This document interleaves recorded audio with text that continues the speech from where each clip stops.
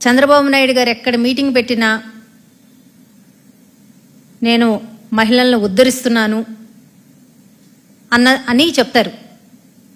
కానీ వెనకమాల ఏం జరుగుతుంది, వెనకమాల నాయకులే ఏ రకంగా మహిళల్ని కించపరుస్తున్నారు, ఏ రకంగా మహిళల్ని హీనంగా చూస్తున్నారు, ఏ రకంగా మహిళల పైన లైంగిక దాడులు జరుపుతున్నారు అన్నది మరి ఆయనకి తెలిసే ఊరుకుంటున్నారో తెలియట్లేదో మరి మాకైతే తెలియటం లేదు. కానీ ఆంధ్ర రాష్ట్రంలో మాత్రం మహిళల మీద అరాచకాలు అన్నవి రోజు రోజుకి పెరిగిపోతున్నాయి. ఈరోజు నేను నియోజకవర్గాల నుంచి మండలాల నుంచి ఎవరైతే టీడీపీ నాయకులు ఉన్నారో వాళ్ళ పేర్ల దగ్గర నుంచి అనౌన్స్ చేశాం. ఇంకా డేట్లు తారీఖులు అవి కావాలన్నా చెప్తాం. ఇన్ని అరాచకాలు జరుగుతున్నా కానీ ఒక మహిళా హోమ్ మినిస్టర్గా అనిత గారు కానీ,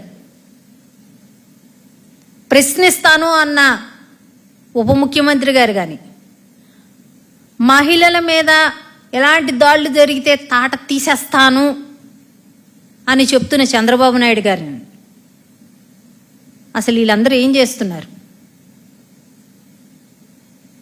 కొంతమంది ప్రశ్నిస్తాను అన్న నాయకుడికి డైరెక్ట్గా వాట్సాప్లోను కూడా వాళ్ళ ఆవేదన పోస్ట్ చేస్తున్నారు.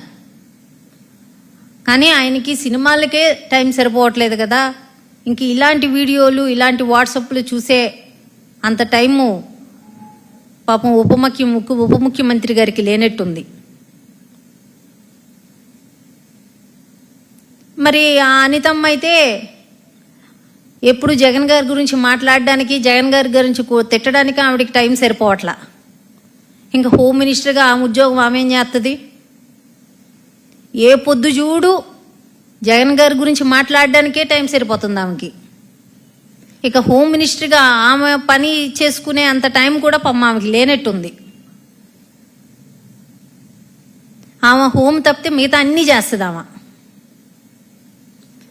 ఈ చంద్రబాబు నాయుడు గారు అంటే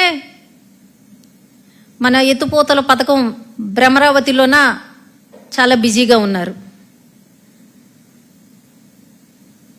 ఇన్ని రకాలుగా రాష్ట్రం మహిళల మీద దాడులు జరుగుతున్నా కానీ వీళ్ళకి మాత్రం ఏమీ పట్టనట్టు, ఏమీ తెలియనట్టు టీడీపీ నాయకులు, కార్యకర్తలు, ఎమ్మెల్యేలు ఇలాంటి దాష్టికాలకి పాల్పడుతున్నా కానీ కళ్ళు మూసుకొని రాష్ట్ర పాలన కొనసాగిస్తున్నారు చంద్రబాబు నాయుడు గారు. ఇదే రకంగా పాలన కొనసాగితే మాత్రం మేము ఊరుకునేది లేదు. మేము దీని మీద పెద్ద ఎత్తున మహిళల మీద జరుగుతున్న దాడులకు మాత్రం మేము రాష్ట్ర వ్యాప్తంగా నిరసన తెలియచేస్తాము.